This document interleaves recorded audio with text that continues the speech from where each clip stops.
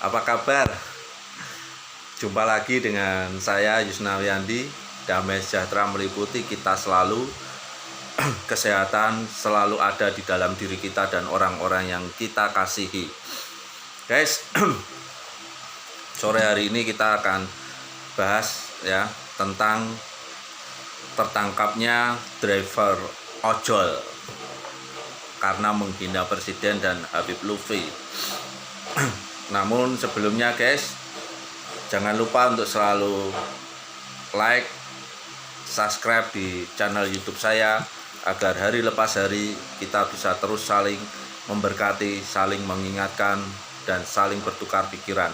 Silahkan komen dengan komen-komen yang membangun, komen-komen yang baik di channel YouTube saya. Guys, baru-baru ini tertangkap lagi salah seorang penghina ya, presiden, bahkan juga terhadap Habib Lutfi yang ternyata hanya seorang driver ojol ya. Sangat disayangkan driver ojol yang berinisial MAA ini ya, dia mengkritik Presiden Jokowi di Facebooknya ya, dengan mengatakan bahwa Presiden Jokowi tak pantas untuk memimpin negeri ini.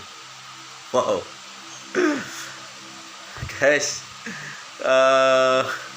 sang MAA ini sebetulnya ingin mendorong Habib Lutfi ya untuk mengkritisi Presiden Jokowi karena dengan kebijakan physical distancing ini maka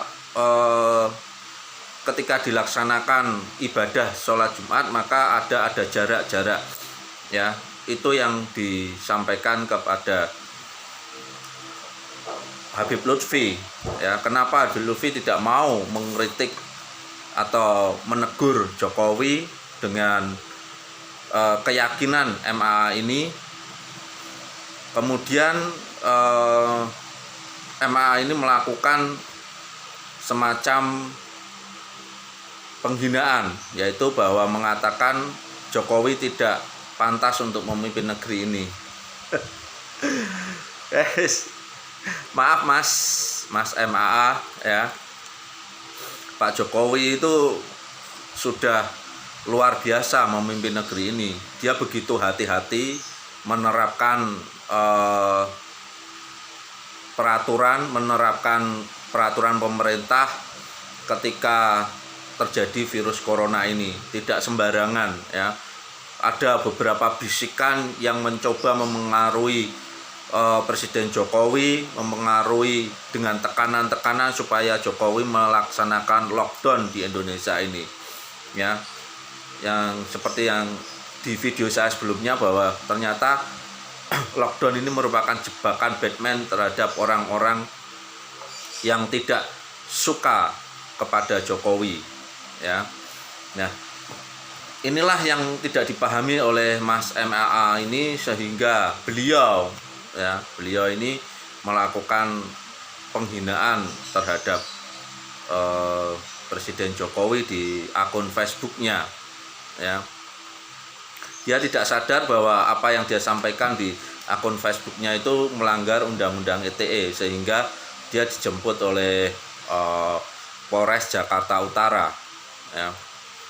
Nah, marilah selalu saya ingatkan, kita medsos dengan bijak ya Mas, teman-teman semuanya, agar apa, kita membatasi diri supaya tidak melakukan penghinaan terhadap orang lain, apalagi terhadap kepala negara ya. Baru-baru ini juga ada seorang mantan pejabat ya, kita sebut aja karena beliau ini sudah begitu viralnya di Twitter beliau, yaitu Bang Said Didu ya. Beliau ini diberi waktu 2x24 jam oleh Bang Luhut Binsar Panjaitan ya, LBP ya, Luhut Binsar Panjaitan karena pernyataan beliau yang dianggap menyudutkan Pak Luhut Binsar Panjaitan, yaitu dengan kata-kata bahwa Pak Binsar Panjaitan itu pikirannya hanya uang, uang, uang, dan uang. Nah, inilah maka Pak Said Didu ini diberi waktu 2 kali 24 jam untuk meminta maaf, ya. Jika tidak, maka Pak Luhut Binsar Panjaitan LBP ini akan melaporkan yang bersangkutan ke Mabes. Nah, inilah guys yang perlu kita cermati, kita berpikir sehat di tengah kondisi bangsa Indonesia ini yang sudah mengalami kesulitan ketika menghadapi wabah virus corona ini. Kok masih ada orang-orang seperti MAA, orang-orang seperti Pak Didu ini, ya, supaya masih memberikan wacana-wacana yang kurang baik, ya, memberikan ujaran-ujaran yang tidak baik terhadap pemerintah, ya. Inilah yang perlu kita sadari bersama.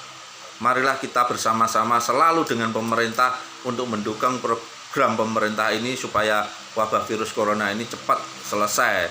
Jangan malah ditindih, ditumpangi dengan hal-hal yang tidak baik, dengan ucapan-ucapan yang selalu membuat orang lain tersinggung, ya. Mas MAA mengatakan bahwa Presiden Jokowi tidak pantas memimpin negeri ini. Ketidakpantasannya di mana, ya? Kemudian Said Didu mengatakan kepada LBP ini pikirannya hanya uang, uang, dan uang. Nah, inilah kondisi seperti inilah yang perlu kita putus guys, supaya negeri ini menjadi aman, nyaman, ya. Jangan lagi ada nyinyiran-nyinyiran terhadap kinerja pemerintah yang memang itu sebetulnya sudah baik untuk masyarakat. Kita boleh mengkritik sesuatu yang tidak baik asalkan kritik itu benar-benar bisa dilaksanakan, dan kritik itu benar-benar kritik yang membangun, ya guys. Jangan berkritik yang berdasarkan ujaran kebencian, ya.